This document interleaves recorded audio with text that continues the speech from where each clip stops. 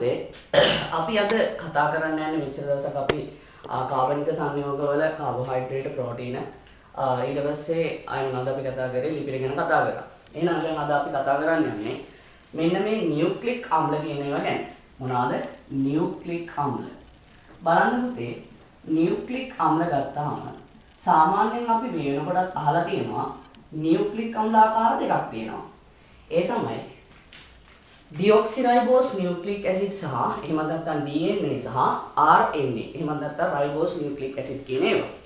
එතකොට පුතේ මෙන්න මේ නියුක්ලික් අම්ල අපි පොදුවේ ගත්තාම අපිට මේකේ ඉතාමත් වැදගත් කාරණයක් වෙන්නේ මේකේ බිල්ඩින් යුනිට් එක. එහෙමත් නැත්නම් මොනවද? තැනුම් ඒකකය කියන එක. ඒකට හේතුව පුතේ ඕනෙම එක ඒගොල්ලෝ අනිවාර්යෙන් MCQ එකකට අහන්න පුළුවන්. මොනවද? එකින් එකට වෙනස් ඒ වගේ තැනුම් ඒකක මොනවද කියලා. එහෙනම් බලන්න මේකේ තැනුම් ඒකකය වෙන්නේ නියුක්ලියෝටයිඩ්. මොනවද? නියුක්ලියෝටයිඩ්.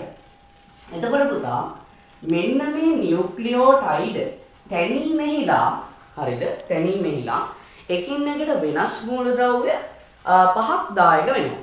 ඒ තමයි අපි කියනවා මෙන්න මේ වගේ පොදු මූලද්‍රව්‍ය කියලා. එහෙනම් මේ වගේ පුතේ මූලද්‍රව්‍ය සංයුතිය වෙන්නේ. හරිද? මූලද්‍රව්‍ය සංයුතිය වෙන්නේ ඔන්න බලන්න. හරිද? අනිවාර්යෙන් පුතේ මොනවද තියෙන්නේ? කාබන්, හයිඩ්‍රජන්, ඔක්සිජන්, නයිට්‍රජන් හා මොනවද? ෆොස්ෆරස් තියෙනවා. එහෙනම් CHONP කියලා කියනවා. එතකොට පුතේ අපි දන්නවා සාමාන්‍යයෙන් මෙන්න මේ ඒකක අණු ගොඩාක් බහු අවයවීකරණයට ලක් වෙලා හැදෙනවා මොනවද? අපි කියනවා මහා අණු කියන ඒවා. මෙන්න මේ නියුක්ලික් අම්ල කියන ඒවත් ඇත්තටම විශාල සාපේක්ෂ අණු ස්කන්ධයක් සහිත ලොකු අණු. එහෙනම් මෙන්න මේ තියෙන නියුක්ලියෝටයිඩ් බන්ධන වලින් බැඳිලා හැදෙන ඒවාට අපි කියනවා පොලිනියුක්ලියෝටයිඩ් දාම කියලා. එවැනි දාම එකක් හෝ දෙකක් හරිද? එකට සම්බන්ධ වෙලා තමයි මෙන්න මේ නියුක්ලික් අම්ල කියන ඒවා පුතේ හැදෙන්නේ. එහෙම ගත්තාම නියුක්ලික් අම්ල තියෙනවා ආකාර දෙකක්. හරිද? මේවා එහෙනම් ආකාර දෙකක් තියෙනවා. ඒ ආකාර දෙක තමයි මොනවද? එකක් DNA. අපි මේවට කියනවා deoxyribose nucleic අම්ල කියලා. මොනවද? deoxyribose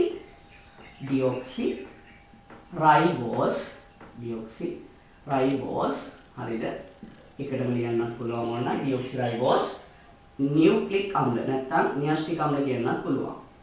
nucleic අම්ල. හරිද? අනිත් එක තමයි පුතේ RNA. එහෙනම් RNA කියලා කියන්නේ ribose nucleic අම්ල. හරිද? ribose මොනවද? nucleic අම්ල. එහෙනම් පුතේ අපි දැන් ඊළඟට කතා කරන්න යන්නේ හරිද? nucleic අම්ල.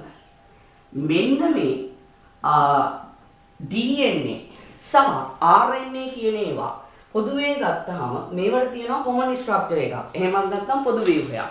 මෙන්න මේ වගේ පොදු ව්‍යුහය කොහොමද කියන එකයි අපි සාකච්ඡා කරන්න යන්නේ. එහෙනම් බලන්න පුතේ නියුක්ලියෝටයිඩ් එක පොදු ව්‍යුහය ගත්තාම හරිද? නියුක්ලියෝටයිඩ් එක පොදු ව්‍යුහය ගත්තාම මෙන්න මේ හැම නියුක්ලියෝටයිඩ් එකකටම පුතේ පොදු වෙච්ච කාණ්ඩ තුනක් තියෙනවා. හරිද? නියුක්ලියෝටයිඩ් එක පොදු ව්‍යුහය. ඔන්න බලන්න ඒ පොදු කාණ්ඩ ටික තමයි අපි දන්නවා පෙන්ටෝස සීනි අණුව, ෆොස්ෆේට කාණ්ඩය සහ නයිට්‍රජනීය භස්මය. එහෙනම් පුතේ ඔන්න බලන්න හරිද? පෙන්ටෝස් කියන්නේ කාබන් පහේ එකක් නේ. එහෙනම් මෙන්න තියෙනවා පෙන්ටෝස සීනි කාණ්ඩය. ඊට පස්සේ මේකට බැඳෙනවා මොකද්ද පුතේ? ෆොස්ෆේට් කාණ්ඩය. හරිද? ඊට පස්සේ අපි නිකන් යන්නොත් මෙන්න මෙතෙන්ට බැඳෙනවා මොකද්ද? නයිට්‍රජනීය භස්මය. බලන්න එහෙනම් කාණ්ඩ තුනයි. මොනවද මේ කාණ්ඩ තුන? මෙන්න බලන්න. අපි මුලින්ම ගමු මෙතනින් කෙලින් ඉඳන් තියෙනවා ගමුකෝ නේද? මෙතන තියෙනවා පුතේ ෆොස්ෆේට් කාණ්ඩය. අංක 1 ෆොස්ෆේට් කාණ්ඩය. තියෙනවා. හරි? ෆොස්ෆේට් කාණ්ඩය. ඊට පස්සේ අංක 2 තියෙනවා පෙන්ටෝස සීනි කාණ්ඩය. මොකද්ද? පෙන්ටෝස සීනි කාණ්ඩය. පෙන්ටෝස් sugar එක. හරි? ඊට පස්සේ මෙන්න අංක 3 තියෙනවා නයිට්‍රජනියස් බේස් එක නැත්නම් නයිට්‍රජනීය භස්ම කාණ්ඩය. මේක භාෂ්මික ගුණයක් තියෙන හින්දා නයිට්‍රජනීය භස්ම කාණ්ඩය කියලා අපි කියනවා. එහෙනම් මෙන්න මේ කියන කරුණු තුන මෙහෙම නැත්නම් ෆොස්ෆේට් කාණ්ඩය, පෙන්ටෝස් සීනි කාණ්ඩය සහ නයිට්‍රජනීය භස්ම කාණ්ඩය කියන පුතේ තුනම අන්තර්ගත වෙනවා නම් ඒ කියන්නේ මේ තුනම තියෙනවා නම් අපි මේ වගේ එකකට කියනවා නියුක්ලියෝටයිඩයක් කියලා. එහෙනම් මේ වගේ එකකට කියන්නේ අපි නියුක්ලියෝටයිඩ. හරිද? නියුක්ලියෝටයිඩ. අන්න බලන්න. ටයිඩ. හැබැයි පුතේ මෙන්න මේ වාගේම හරිද? මෙන්න මේ තියෙන ෆොස්ෆේට් කාණ්ඩය හැර. ඒ කියන්නේ මෙන්න මේ කොටස විතරක් නැතුව බැරි වෙලාවත් යම්කිසි එක හරිද? මෙන්න මේ පෙන්ටෝස සීනි කාණ්ඩයයි. හරි? පෙන්ටෝස සීනි කාණ්ඩයයි නයිට්‍රජනීය භස්ම කාණ්ඩයයි විතරක් තියෙනවා නම් ඒ කියන්නේ මෙතන අපි මාක් කරලා තියෙනේ වගේ පෙන්ටෝස සීනි කාණ්ඩයේ අංක 2 ඊට පස්සේ මොකද්ද නයිට්‍රජනීය භස්ම කාණ්ඩයේ අංක 3 මෙන්න මේ දෙක විතරක් තියෙනවා නම් අපි පුතේ මේකට කියනවා නියුක්ලියෝසයිඩ කියලා. මොකද්ද කියන්නේ? නියුක්ලියෝසයිඩ කියනවා. එහෙනම් බලන්න මේකේ නම වෙන්නේ නියුක්ලියෝසයිඩ. හරිද? නියුක්ලියෝසයිඩ. හරිද? බලන්න මොකද්ද පොඩි වෙනසක්. දැන් MCQ එකට ආවොත් නියුක්ලියෝටයිඩ නියුක්ලියෝසයිඩ නේ. ළමයින්ට ඔක එච්චර ගාණක් නැහැ. ඒගොල්ලෝ මේක පටල ගන්න පුළුවන්. එහෙනම් බලන්න පුතේ මෙතන මොකද්ද තියෙන්නේ? නියුක්ලියෝටයිඩ. හරි? එහෙනම් නියුක්ලියෝටයිඩ කියන්නේ ෆොස්ෆේට් කාණ්ඩයයි පෙන්ටෝස සීනි කාණ්ඩයයි නයිට්‍රජනීය භස්ම කාණ්ඩයයි කියන තුනේම එකතුවක්. හැබැයි නියුක්ලියෝ මේ බලන්න සයිඩ නේද? සයිඩ. එහෙනම් පුතේ නියුක්ලියෝසයිඩ කියලා කියන්නේ ෆොස්ෆේට් කාණ්ඩය හැර අනෙකුත් දෙකේ එකතුවට. ඒ කියන්නේ පෙන්ටෝස සීනි කාණ්ඩය සහ නයිට්‍රජනීය භස්ම කාණ්ඩයට විතරයි. එහෙනම් බලන්න පුතේ අපි මෙන්න මේ විදිහට හරිද? එහෙනම් තියෙනවා. දැන් උදාහරණයක් විදිහට මේවට එහෙනම් අපි කියනවා නියුක්ලියෝසයිඩ් වලට ඇඩිනෝසින් සහ ගුවැනෝසින් කියලා. සීන් ප්‍රත්‍යේනවා. හරිද? එහෙනම් පුතේ අපි දැන් බලන්න යමු මේ හැම එකම තියෙනවනේ කාණ්ඩ තුනක්. ෆොස්ෆේට් කාණ්ඩය, පෙන්ටෝස් සීනි කාණ්ඩය සහ නයිට්‍රජනීය භස්ම කාණ්ඩය. එහෙනම් මෙන්න මේ කාණ්ඩ තුන ගැන වෙන වෙනම අපි ඉගෙන ගමු. හරිද? වෙන වෙනම ගැන නැත්නම් වෙන වෙනම මේවා පිළිබඳව අපි බලමු. ඔන්න බලන්න. අපි මුලින්ම බලමු පුතේ පෙන්ටෝස් සුගර් එක. හරිද? පෙන්ටෝස සීනි කාණ්ඩය කියන එක. දැන් පෙන්ටා කියන්නේ කීයක්ද? 5 කියන එක නේද? එහෙනම් පෙන්ටෝස සීනි කියන්නේ කාබන් 5ක් අන්තර්ගත වන්නා වූ නේද? සීනි ආකාරයක්. එහෙනම් බලන්න පුතේ පෙන්ටෝස් සීනි ආකාර මොනවද? දෙකයි. පෙන්ටෝස සීනි අපි මුලින්ම බලමු එහෙනම් පෙන්ටෝස සීනි ගැන. හරිද? පෙන්ටෝස සීනි. බලන්න මොනවද අපි දන්න පෙන්ටෝස් සීනි ආකාර දෙක? ඩියොක්සිරයිබෝස් පෙන්ටෝස සීනි සහ රයිබෝස් පෙන්ටෝස සීනි. ඇත්තටම පුතේ ඔන්න ඔය පෙන්ටෝස සීනි ආකාරයේ වෙනස් වීම මත තමයි මේ ලෝකේ DNA සහ RNA කියන වර්ග දෙකක් හැදිලා තියෙන්නේ. තව ඔයගේ නයිට්‍රජනීය භස්ම වල පොඩි වෙනසක් තියෙනවා. නමුත් ප්‍රධාන වශයෙන් බලපාන්නේ මෙන්න මේ තියෙන පෙන්ටෝස සීනි වල විවිධත්වය. ඇත්තටම කියනවා නම් මේකේ ලොකු වෙනස්කමක් දකින්නට නැහැ පුතේ. ඔන්න බලන්න හරිද? අපි ගත්තොත් එහෙම රයිබෝස් කියන සීනි කාණ්ඩය. රයිබෝස්. එහෙනම් බලන්න O1 තියෙනවා. මේ විදිහට කාබන් තියෙනවා. කාබන් බලයක්. මේ හැම කොනයකින්ම කියන්නේ කාබන් එකක්. එහෙනම් බලන්න මෙන්න මේකේ හරිද? ඔන්න ඔය විදිහට තියෙනවා. අපි ගත්තොත් එහෙම පුතේ මෙන්න මෙතන තියෙනවා පළවෙනි කාබන් පරමාණුව, දෙවන කාබන් පරමාණුව, තුන්වන එක, හතරවෙනි එක. මේකට බැඳිලා තව කාබන් පරමාණුවක් එහෙනම් එනවා. ඔන්න තියෙනවා මොනවද? කාබන් පරමාණු ඔක්කොම කීයක්ද? 5ක් තියෙනවා. හරි. එහෙනම් බලන්න පුතේ පළවෙනි කාබන්, දෙවෙනි කාබන්, තුන්වෙනි කාබන්, හතරවෙනි කාබන් සහ පස්වෙනි කාබන් තියෙනවා. එහෙනම් මෙන්න මේ වගේ ඊළඟට අපි බලමු OH කාණ්ඩ කොහොමද තියෙන්නේ කියලා. මෙන්න මේ පළවෙනි කාබන්ට තියෙන එකේ උඩට OH එකයි මෙතෙන්ට H එකයි. ඊට පස්සේ මේ වගේ මේ OH H. මෙතන OH හරිද? H. ඒ කියන්නේ තුන්වෙනි කාබන්ට බෙදලා තියෙන තැන. ඊට පස්සේ මෙතන එනවා CH2OH සහ අනිත් එක මෙන්න මෙතෙන්ට H එකක්. මේ තමයි පුතේ තියෙන්නේ මොකද්ද? රයිබෝස් පෙන්ටෝස සීනි අණු. එහෙනම් බලන්න මෙන්න තියෙනවා රයිබෝස් පෙන්ටෝස සීනි අණුව. රයිබෝස් පෙන්ටෝස සීනි. රයිබෝස්. හරිද? එහෙනම් පුතේ වැඩි වෙනසක් නැහැ. ඇත්තටම මේ රයිබෝස් කියන පෙන්ටෝස සීනියකින්ම තමයි ඩිऑක්සිරයිබෝස් කියන එකත් ව්‍යුත්පන්න වෙන්නේ. හැබැයි පුතේ බලන්නකෝ ඩීऑක්සි. හරිද? ඩී කියන්නේ අයින් කරනවා, ඔක්සි කියන්නේ ඔක්සිජන් කාණ්ඩයක්. එහෙනම් මෙන්න මේ රයිබෝස් වල දෙවෙනි කාබන්ට බැඳිලා තියෙන O තියෙන්නේ. හරිද? අන්න ඒ O අයින් කිරීම තුලින් තමයි ඩිऑක්සිරයිබෝස් පෙන්ටෝස සීනි කියන එක නිර්මාණය වෙලා තියෙන්නේ. එහෙනම් බලන්න මහලොකු වෙනසක් නෑ නේද? මේ විදිහම තමයි. එහෙනම් කොමන් ස්ට්‍රක්චර් එක අපිට මේ විදිහටම පුතේ ගන්න පුළුවන් නේ.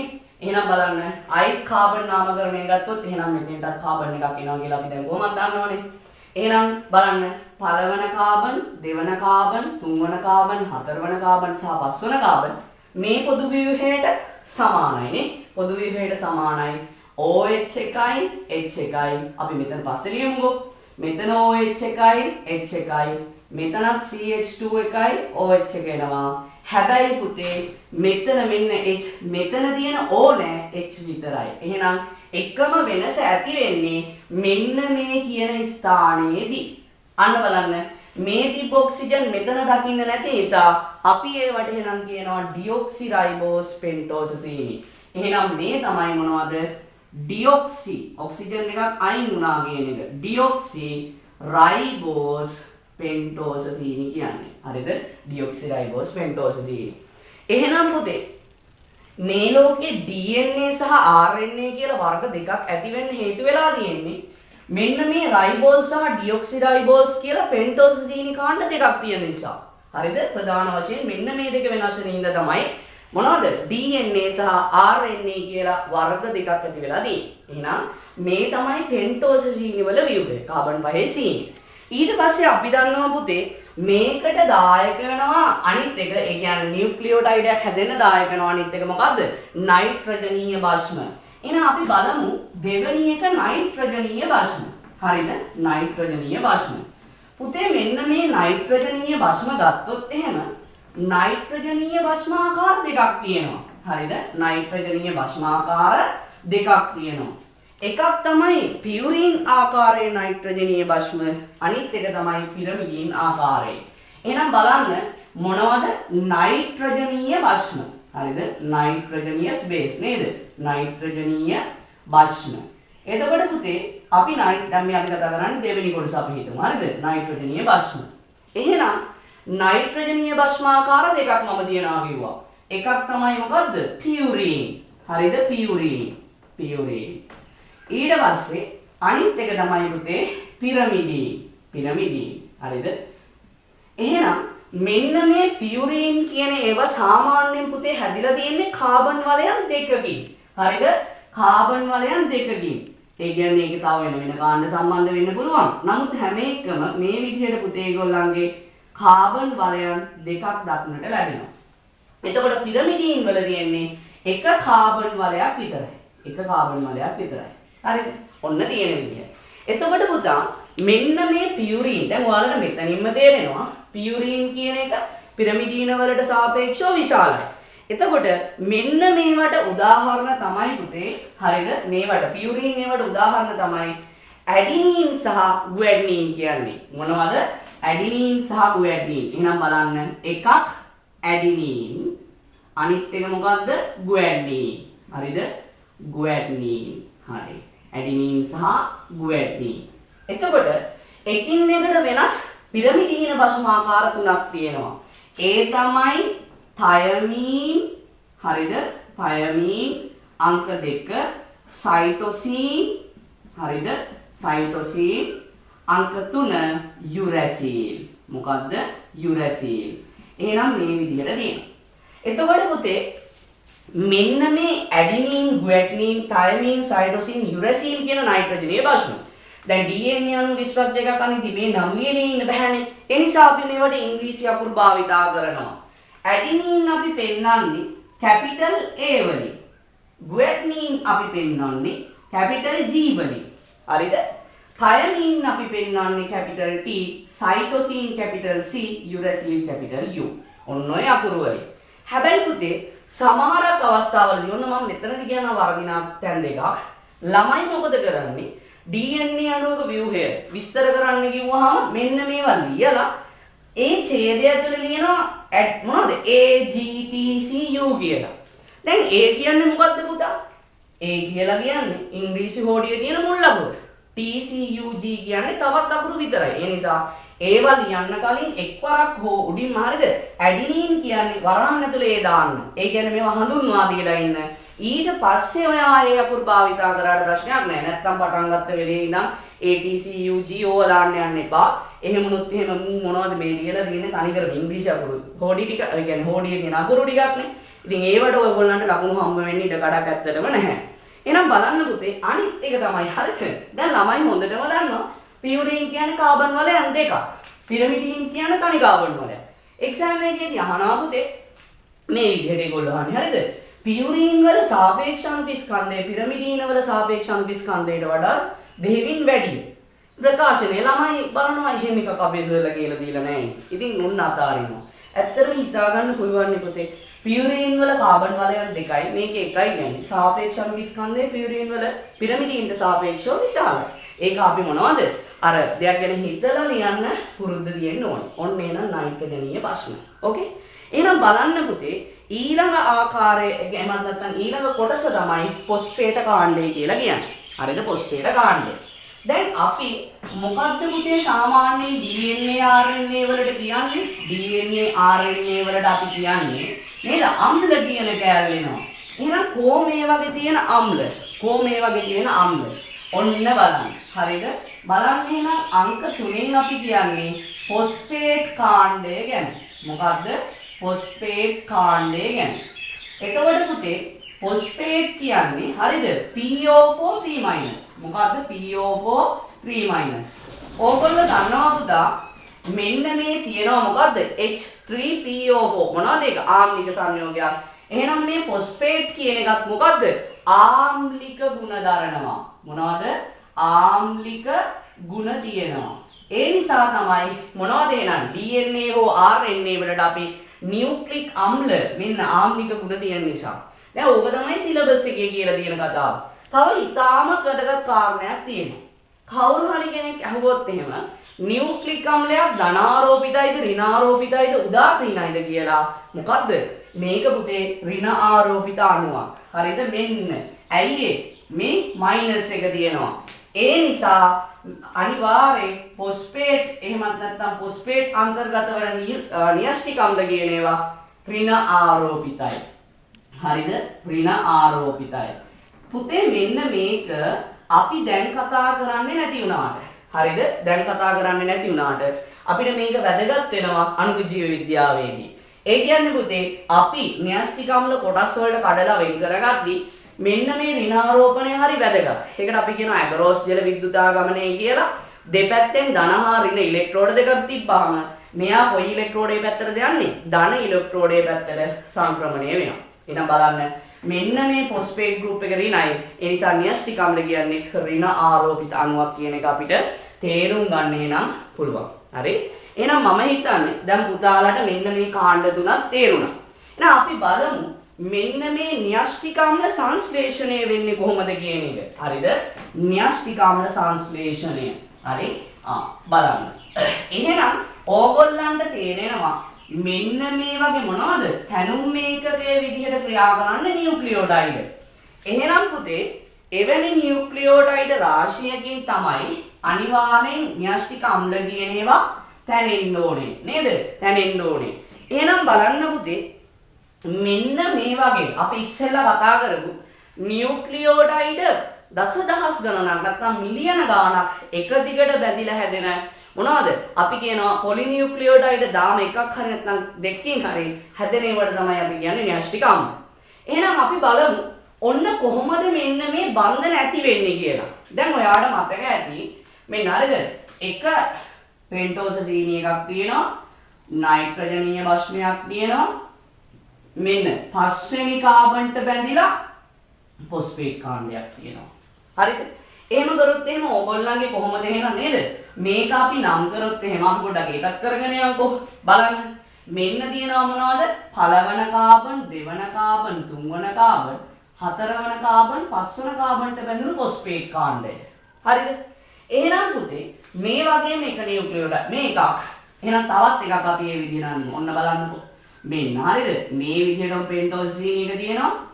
නයිට්‍රජනීය භස්මය තියෙනවා. පස්වෙනි කාබන්ට බැඳුණු ෆොස්ෆේට් කාණ්ඩය තියෙනවා. හරිද? ඔන්න බලන්න එහෙනම්. මෙන්න හරියද?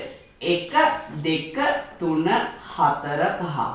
එහෙනම් පුතේ මෙන්න මෙතනදි සිද්ධ වෙන්නේ මෙන්න මේ තුන්වෙනි කාබන්ට බැඳිලා තියෙන OH එකකුයි මෙන්න මේ ෆොස්ෆේට් එකේ තියෙන OH එකකුයි අතර තමයි මේ අවස්ථාවේදී බන්ධනයක් ඇති වෙන්නේ. මේ අවස්ථාවේදී බන්ධනයක් ඇති වෙන්නේ. අන්න ඒ වගේ ඒවට අපි කියනවා මොනවද? ෆොස්ෆොඩයිඑස්ටර බන්ධන කියලා. මොනවද පුතේ? ෆොස්ෆෝ හරිද? ෆොස්ෆොඩයිඑස්ටර බන්ධන. එක වචනයක් මේක ෆොස්ෆොඩයිඑස්ටර හරිද? එස්ටර් බන්ධන කියලා කියනවා. බන්ධන. එහෙනම් මෙතනදී ඒ බන්ධනය ඇති වෙන්නේ මොකද්ද? තුන්වෙනි කාබන්ට බැඳිලා තියෙන OH එකක් පස්වෙනි කාබන්ට බැඳිලා තියෙන ෆොස්ෆේට් කාණ්ඩයේ OH එකත් අතර. ඒක වරද්ද ගන්න නම් එපා. හරිද? එහෙනම් පුතේ ඔන්න ඔය අතර තමයි ෆොස්ෆොඩයිඑස්ටර් බන්ධනය හැදෙන්නේ. ඇත්තටම අපිට ඕන ලියන්න පුළුවන් මෙන්න මෙතන මොකද්ද? 3 අන්තයයි 5 අන්තයයි. ඒ නිසා ඕනනම් අපිට ලියන්න පුළුවන් 3 5 ෆොස්ෆොඩයිඑස්ටර් බන්ධන කියලා. ඉතින් මෙන්න මේ විදිහට එනම් මෙතන බැඳිලා තියෙන නියුක්ලියෝටයිඩ් දෙකක් නේ. එහෙනම් මේ වගේ දහස් ගාණක් මේ විදිහට බැඳෙන්න පුළුවන්. රේඛීයව බැඳෙන්න පුළුවන්. අන්නේම රේඛීයව බැඳිලා තමයි පුතේ මොකද්ද? මෙන්න මේ පොලිනියුක්ලියෝටයිඩ් දාමය. ඒ කියන්නේ මේවා n ගාණක් බැඳිලා හැදෙනවා. පොලිනියුක්ලියෝටයිඩ් දාමය. හරි? පොලිනියුක්ලියෝටයිඩ් දාමය. හරිද? ඔන්න හැදෙනවා. නියුක්ලියෝටයිඩ් දාමයක් හැදෙනවා. දාමයක් හැදෙනවා. ඔන්න ලියන්නේ. ඊට පස්සේ එක්සෑම් එකේ අහන තවත් එක දෙයක් තමයි දැන් මේක මේ විදිහට තියෙනවනේ පොලිනියුක්ලියෝටයිඩ් දාම තියෙනවනේ. එහෙනම් පුතේ මෙන්න මේ පොලිනියුක්ලියෝටයිඩ් එක බෑක්බෝන් එක. එහෙමත් නැත්නම් කොඳු නාරඩිය කියලා කතා කරනවා. මෙන්න මේකේ පුතේ කොඳු නාරඩිය කියලා අපි හඳුන්වන්නේ මෙන්න මේ ෆොස්ෆේට කාණ්ඩය සහ පෙන්ටෝස සීනි කාණ්ඩය. එහෙනම් බලන්න පුතේ මෙන්න මේ විදිහට ෆොස්ෆේට් කාණ්ඩයක් පෙන්ටෝස සීනි කාණ්ඩයක් එක්ව ගත්තාම මෙන්න මේ ගෲප් එකට අපි කියනවා මොකක්ද? මෙන්න මේ නියුක්ලික් අම්ල එක එහෙමත් නැත්නම් මේකේ කොඳු නාරඩිය බෑක්බෝන් එක කියලා කියනවා. හරිද? කොඳු නාරඩිය. එහෙනම් කොඳු නාරඩියට අයිති වෙන්නේ ෆොස්ෆේට් කාණ්ඩය හා මොකද්ද? ෆොස්ෆේට් කාණ්ඩය හා අනිත් එක පෙන්ටෝස සීනි කාණ්ඩය. පෙන්ටෝස සීනි කාණ්ඩය. පෙන්ටෝස සීනි කාණ්ඩය කියන එක මේකට අයිති වෙනවා. එහෙනම් ඔය දෙකම මෙන්න මේකට අයිති. එහෙනම් දැන් ඕගොල්ලන්ට තේරෙනවා මෙන්න මේවා කොහොමද හැදෙන්නේ කියන්නේ. හරිද? කොහොමද හැදෙන්නේ කියන්නේ. දැන් අපි බලමු පුතේ ඔය විදිහට තව පොඩි දෙයක් ගැන කතා කරලා බලමු. දැන් එහෙනම් මේ විදිහට අපි පොලිනියුක්ලියෝටයිඩ් දාමය හැදෙනවනේ කියලා දන්නවනේ. අපෙන් කවුරු හරි අහුවොත් එහෙම මෙන්න මේවා තියෙන රටාව එකින් එකට ආවේගයි සහ ඒවා වෙනස් වෙන්නේ කොහොමද කියන එක. ඒවා වෙනස් වෙන්නේ කොහොමද කියන්නේ. අපි ඉස්සෙල්ලා කතා කරා පුතා මෙන්න මේ නියුක්ලියෝටයිඩ් හදන්න එකින් එකට වෙනස් මොනවද? පෙන්ටෝස සීනි ආකාර දෙකක් ආයක වෙනවා. ඒ නිසා අපිට හඳුනා ගන්න පුළුවන් ආකාර කීයක් තියෙනවද? දෙකක් තියෙනවා. ඒ තමයි DNA සහ RNA කියන්නේ. හැබැයි පුතේ මෙන්න මේ DNA සහ RNA තැනෙන්න එකින් එකට වෙනස් මොනවද? න්‍යෂ්ටික ආම්ල නැත්නම් අපි කියනවා මේ නයිට්‍රජනීය භස්ම තමයි දායක වෙන්නේ. ඔන්න බලන්න. පුතේ සාමාන්‍යයෙන් DNA තැනීමේලා දායක වන නයිට්‍රජනීය භස්ම තමයි හරිද? නයිට්‍රජනීය භස්ම තමයි ඔන්න බලන්න මම දැන් ලේටස්ට් පාවිච්චි කරන්නම්. ඇඩිනීන් තියෙනවා, ගුවැඩ්නීන් තියෙනවා. හැබැයි පුතේ මේගොල්ලන්ගේ පිරමිඩීන විදිහට තියෙන්නේ තයමීන් සහ සයිටෝසින්. යුරසින් නැහැ. එහෙනම් T සහ අනිත් එක මොකද්ද? C තියෙනවා. හැබැයි මේගොල්ලන්ගේ U කියන එක දකින්නට ලැබෙන්නේ නැහැ. හරි. එතකොට පුතේ RNA තැනීමෙහිලා RNA හදන්න ඒගොල්ලන්ගේ මොනවද තියෙන්නේ? ඇඩිනීන් තියෙනවා, ගුවැනීන් තියෙනවා. තයිමීන් නැහැ. යුරැසීලුයි සයිටෝසිනුයි තියෙනවා. ඒ කියන්නේ මේගොල්ලන්ගේ මොනවද නැත්තේ? තයමීන් නැහැ. තයිමීන් නැහැ. එහෙනම් බලන්න පුතේ අපි මේක මාක් කරලා වෙන්නොත් හරියද? ඔන්න බලාගන්න. මෙන්න. ඔන්න නයිට්‍රජනීය භස්ම ආකාර 5 එන්න පුළුවන්. තයමීන් තියෙන එක තියෙනවා. හරිද? අපි මේ මැදට ගමු කොමන් එක අපිට ලේසියෙන් හදා ගන්න පුළුවන් නිසා. හරිද? ඇඩිනීන් ඊට පස්සේ ගුවැනින් ඊට පස්සේ මොකද්ද? සයිටෝසින් ඊට පස්සේ මොකද්ද? යුරැසිල්. හරිද? එහෙනම් බලන්න පුතේ ඔය විදිහට ගත්තොත් එහෙම මෙන්න මේකේ හරිද? මෙන්න මේකේ මේ ටික අයිති වෙන්නේ මොනවටද? DNA වලට. එතකොට මෙන්න මේකේ මේ ටික අයිති වෙනවා මොනවටද? RNA වලට. මොනවද අයිති වෙන්නේ පුතේ?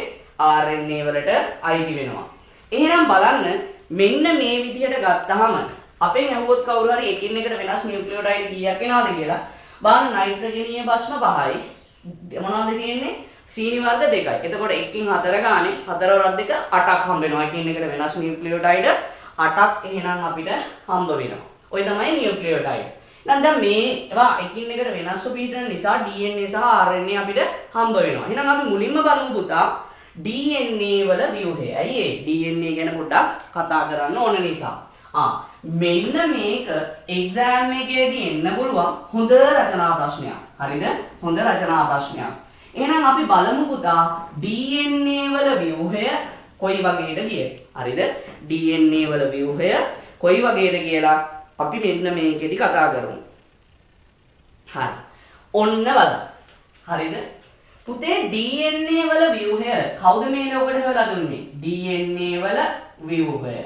මෙන්න මේ DNA වල ව්‍යුහය මේ ලෝකෙට හොයලා දුන්නේ කවුද? ජේම්ස් වොට්සන් සහ ෆ්‍රැන්සිස් ක්‍රික් කියන විද්‍යාඥයෝ දෙන්න විසින්. ඒ දෙන්න මේකට නමක් දුන්නා. ඒ තමයි ද්විත්ව හේලික්සීය ව්‍යුහය කියලා. මොකද්ද කියන්නේ? ද්විත්ව හේලික්සීය ව්‍යුහය. කවුද හොයාගත්තේ? ජේම්ස් වොට්සන් සහ ෆ්‍රැන්සිස් ක්‍රික්. හරිද? හේලික්සීය ව්‍යුහය. හැබැයි පුතේ අපිට පස්සේ කාලෙක ඉගෙන ගන්න හම්බ වෙනවා. හරිද? ඒ දෙන්න ඕකට පාදක කරගෙන තියෙන්නේ රොසලිනා කියන විද්‍යාඥවරියකගේ තියෙන එක් පරීක්ෂණයක්. එතකොට ඇත්තටම මේ විද්‍යාවේදී සාමාන්‍යයෙන් අර පරීක්ෂණය කරන කෙනාටම ඒකේ අයිතිය සම්පූර්ණයෙන් හිමි වෙන්නේ නැහැ. සමහරක් වෙලාවට පංගුවක් කටියට විතරයි ඒක හම්බ වෙන්නේ. ඉතින් මේක ඒ සත වර්ෂයේ හොඳම සොයා ගැනීමක් නොබල් ප්‍රයිස් එක පවා දීලා තියෙනවා. එහෙනම් අපි බලමු මෙන්න මේ ද්විත්ව හේලික්සීය ව්‍යුහය කොහොමද ඇති වෙන්නේ කියලා. දැන් අපි ඉස්සෙල්ලා කතා කරාම සාලුරෝස දානක් හදන්න පුතා. මෙන්න මේ විදිහටයි පොලිනියුක්ලියෝටයිඩ් දාම හැදෙන්නේ. හරිද? ඒ කියන්නේ මේ විදිහට තියෙන එක. ඔන්න හරිද? එක නියුක්ලියෝටයිඩ් එකක් තියෙනවා. ඒ නියුක්ලියෝටයිඩේ මෙන්න ෆොස්ෆේට් එක තියෙනවා. ඊට යාබදව මෙන්න මේ විදිහට එකක් තියෙනවා. හරිද? නියුක්ලියෝටයිඩයක් මෙන්න මෙහෙම තියෙනවා. එහෙනම් මේ අතර ඇතිවන 3-5 ෆොස්ෆෝඩයිඑස්ටර් බන්ධන වලින් පුතා මේක බැඳුනේ. හරිද? නැත්නම් ෆොස්ෆෝඩයිඑස්ටර් වලින්. එහෙනම් මේ වගේ ඒවා ගොඩාක් කොහොමද වෙන්නේ? එකට බැඳෙනවා. එහෙනම් ඔය වගේ එකකින් තමයි මොකද්ද? පොලිනියුක්ලියෝටයිඩ් දාමයක් හැදෙන්නේ. එහෙනම් පුතේ මෙන්න බලන්න අපි හිතමු මොකද්ද? පොලිනියුක්ලියෝටයිඩ් දාමයක් තියෙනවා. දැන් මේකේ මෙතන තුනාන්තය, මෙතන පහාන්තයනේ. ඒ නිසා මෙතන තියෙන්නේ තුනාන්තය සහ පහාන්තය. එහෙනම් මේ තියෙන්නේ මොනවද? පොලිනියුක්ලියෝටයිඩ් දාම. පොලිනියුක්ලියෝටයිඩ් දාම නේද? එහෙනම් බලන්න පොලිනියුක්ලියෝටයිඩ් දාම තියෙනවා. එහෙනම් පුතේ දැන් සාමාන්‍යයෙන් DNA හදන්න මෙවැනි පොලිනියුක්ලියෝටයිඩ් දාම දෙකක් තියෙනවා. එහෙම දාම දෙකක් තියෙද්දි ඒ දෙන්නගේ නයිට්‍රජනීය භස්ම එකින් එකට මූණට මූණලා තියෙන්න ඕනේ. දැන් මේ තියෙන පැත්තටම තිබ්බොත් එහෙම මේකේ නයිට්‍රජනීය භස්ම එක පැත්තට එන්නේ නැහනේ. ඒ නිසා මෙයා මේකේ අනිත් පැත්තට පිහිටනවා. හරිද? මෙන්න මේ විදිහට එයා සාමාන්‍යයෙන් අනිත් පැත්තට පිහිටනවා. ඔන්න බලන්න තියෙන විදිහ. හරිද? මේ විදිහට එනම් අනිත් පැත්තට පිහිටනවා. පිහිටපුවාම ඒගොල්ලන්ගේ මෙන්න මේ තියෙන නයිට්‍රජනීය භස්ම. හරිද? එකින් එකට පුතේ මුහුණලායි තියෙන්නේ. එකින් එකට මොනවද වෙලා තියෙන්නේ? මුහුණලායි තියෙන්නේ. එහෙනම් බලන්න මෙන්න මේ විදිහට ගත්තාම එහෙනම් මෙතන කොහොමද තියෙන්නේ? හරිද? මේ බන්ධනය ඇති වුණාම මෙතන තුනාන්තය මෙතන පහාන්තය. එහෙනම් බලන්න පුතේ මෙයාගේ ඉස්සරහින් ඇති වෙන්නේ කොහොමද? තුන පැත්තට පහ මූණලාත් පහ පැත්තට තුන මූණලාත් තියෙනවා. මේ විදිහට පොලිනියුක්ලියෝටයිඩ් දාම දෙකක් ඇරේන්ජ් වෙන එකට අපි කියනවා මොකක් කියලාද? ප්‍රතිසමාන්තරගත නැත්නම් ඇන්ටි පැරලල් කියලා කියනවා. එහෙනම් බලන්න මේගොල්ලෝ සම්බන්ධ වෙලා තියෙන්නේ කොහොමද පුතා? ප්‍රතිසමාන්තරගත ලෙස. හරිද? ප්‍රතිසමාන්තරගත ලෙස. ප්‍රතිසමාන්තරගත ලෙස සම්බන්ධ වෙලා තියෙනවා. ඔය මුන්ට මුල්ලා තියෙන එක. එහෙම වෙලා අපි කිව්වා පුතේ එහෙනම් මෙන්න මේ නයිට්‍රජනීය භස්ම අතර මොනවද වෙන්නේ? බන්ධන ඇති වෙනවා කියලා. ඒ ඇති වෙන්නේ මොනවද පුතේ? සාමාන්‍යයෙන් හයිඩ්‍රජනීය බන්ධන. එහෙනම් මෙන්න මේකේ තියෙනවා භස්ම යුගල් යුගලණය වීමේ නීතියක්. හරිද? යුගලණය වීමේ නීතියක්. හැම වෙලාවෙම පුතේ පිරමිඩීන් එකක් බැඳෙන්නේ හරිද? පිරමිඩීන් එකක් බැඳෙන්නේ පියුරින් නයිට්‍රජනීය භස්මයක් එක්ක. හරිද? පියුරින් නයිට්‍රජනීය භස්මයක්. ඒකෙදි ඇඩිනීන් සහ තයමීන් අතර හයිඩ්‍රජන් බන්ධන දෙකකුත් සයිටෝසින් සහ හරිද? ගුවැනින් සහ අපි මෙතන ජීගමුකෝ ගුවැනින් සහ සයිටෝසින් අතර හයිඩ්‍රජන් බන්ධන තුනකුත් ඇති වෙනවා. එහෙනම් මෙතනදී H බන්ධන 2යි මෙතනදී H බන්ධන 3යි. මේ මොනවද එහෙනම්? මේවට අපි කියන්නේ හයිඩ්‍රජන් එහෙම නැත්නම් H බන්ධන කියලා අපි මෙතන ලීසියට ලියමු. හරිද? හයිඩ්‍රජන් බන්ධන. එහෙනම් අපි හිතමු මෙතන තියෙන්නේ ඇඩිනීන් කියලා. එහෙනම් මෙතන තියෙන්න ඕනේ තයමීන්. හයිඩ්‍රජන් බන්ධන 2යි. මෙතන අපි හිතමු ගුවැනින් තියෙනවා. මෙතන තියෙන සයිටෝසින් එහෙනම් හයිඩ්‍රජන් බන්ධන 3යි. ඔන්න ඔය විදිහට. එහෙනම් පුතේ මෙන්න මේ විදිහට මේ අතර මොනවද? හයිඩ්‍රජන් බන්ධන ඇති වෙනවා. හයිඩ්‍රජන් බන්ධන ඇති වෙනවා. එහෙනම් මේක තනිකරම මොකද්ද පුතේ? බලන්නකො ඉනිමගක් වගේ. ඔය ඉනිමගේ මෙන්න මේ පැත්ත, ඒ කියන්නේ ෆොස්ෆේට් සහ පෙන්ටෝස් වලට අපි කියනවා නාරඩිය කියලා. මේ හරස් පොළු නැත්නම් නයිට්‍රජනීය භස්ම වලට අපි කියනවා ඒවාගේ තියෙන බන්ධන. අන්න ඒවට අපි කියනවා මොනවද? හරස් පොළු කියලා. එහෙනම් මේ විදිහට ඉනිමගක් වගේ හැදෙන එකක් මනක්කල්පිත රේඛාවක් කරා. ඒ කියන්නේ අපිට කියන්න බෑ මේක මෙහෙම හරියටම දිනනවා කියලා. මනක්කල්පිත එකක් කරා මොකද්ද? දක්ෂිනාවර්තව ඇඹරෙනවා. ඕගොල්ලෝ DNA අණු ඕන තරම් තියෙන්නේ මෙන්න මෙහෙම දැකලා ඇති. එහෙනම් යා දක්ෂිනාවර්තව ඇඹරිලා හැදෙනවා. මෙන්න මේ කියන මොකද්ද? නියුක්ලියෝටයිඩ් දාමය. හරිද? නියුක්ලියෝටයිඩ් දාමය. එතකොට බලන්න පුතේ එහෙම හැදෙන හරිද DNA එක මෙන්න මේ එක ලූප් එක එහෙමත් නැත්නම් එක කොටසක සාමාන්‍යයෙන් නයිට්‍රජනීය භස්ම යුගල් හරිද නයිට්‍රජනීය භස්ම යුගල් කීයක්ද 10ක් විතර තියෙනවා කියලා කියනවා. ඒක හරියටම 10ක් කියලා නෑ. ආසන්න වශයෙන් ඉතින් අපි 10ක් විතර තියෙනවායි කියලා මෙන්න මෙහෙම හිතනවා. එහෙනම් බලන්න පුතේ ඔන්න ඔය විදිහට තමයි DNA අණුවක් හැදිලා තියෙන්නේ. අපි එහෙනම් චුට්ටක් සංක්ෂිප්තව බලමු කොහොමද? බලන්න නියුක්ලියෝටයිඩ් මොනවද වෙන්නේ? 3-5 ෆොස්ෆඩයිස් නැත්නම් ෆොස්ෆඩයිස්ටර් බන්ධන වලින් බැඳලා හැදෙන රේඛීය දාමයක්. එවැනි රේඛීය දාම දෙකක් නයිට්‍රජන් භස්ම එක පැත්තට එන්න මූණට මූණලා පීඩන එකට අපි කියන ප්‍රතිසමාන්තරගතයි කියලා. ඒ වගේ නයිට්‍රජනීය භස්ම අතර හයිඩ්‍රජන් භස්ම මේ නැත්නම් බන්ධන ඇති වෙනවා. මෙතනදී පිරමීඩීන් සහ පියුරින් අතර තමයි බන්ධන ඇති වෙන්නේ. ඇඩිනින් සහ තයමින් අතර හයිඩ්‍රජන් බන්ධන දෙකකුත් ගුවැනිසින් සහ සයිටෝසින් අතර හයිඩ්‍රජන් බන්ධන තුනකුත් ඇති වෙනවා. ඒ විදිහට හැදෙන මෙන්න මේකේ හරිද කොඳු නාරඩිය නැත්නම් අර මේ පිටපැත්ත ඉනිමගක තියෙන්නේ මොනවද පෙන්ටෝස් සීන් සහ ෆොස්ෆේට කාණ්ඩයෙන් හැදිලා. ඒකේ හරස් පොළු නියෝජනය වෙන්නේ මෙන්න මේ නයිට්‍රජනීය භස්ම අතරේ. එහෙම හැදෙන ඒවා කොහොමද වෙන්නේ? මෙන්න මේ මනක්කල්පිත රේඛාවක් වටේ දක්ෂිනාවර්තව ඇඹරිලා DNA අණුවේ මෙන්න දිත්ත හේලික්සිය ව්‍යුහය මෙන්න මේක සෑදෙනවා. දිත්ත හේලික්සිය ව්‍යුහය. එහෙම හැදෙන එක පුඩුවක පුතේ සාමාන්‍යයෙන් නයිට්‍රජනීය භස්ම යුගල් 10ක් විතර තියෙනවා කියලා කියනවා. හරිද? ඔන්න ඔය විදිහට තමයි DNA අණු. දැන් සමහරක් කට්ටිය මේ නයිට්‍රජනීය භස්ම වල ව්‍යුහය පාඩම් කරන්න යනවා. එහෙම කරන්න අවශ්‍යතාවයක් ඇත්තටම නැහැ පුතා. ඒ නිසා ඒක ගැන ඕගොල්ලන්ට හම්බුනාට ඕගොල්ලෝ පාඩම් කරලා නිකන් බොරුවට ඔළුව පුරව ගන්න යන්න එපා. මේ ටික විතරක් ප්‍රමාණවත්. හරි. ඊට පස්සේ බලමු අපි එහෙනම් DNA වල අවසාන වශයෙන් ඒගොල්ලන්ගේ කාර්යය මොනවද කියලා. හරිද? ඒගොල්ලන්ගේ කාර්යය.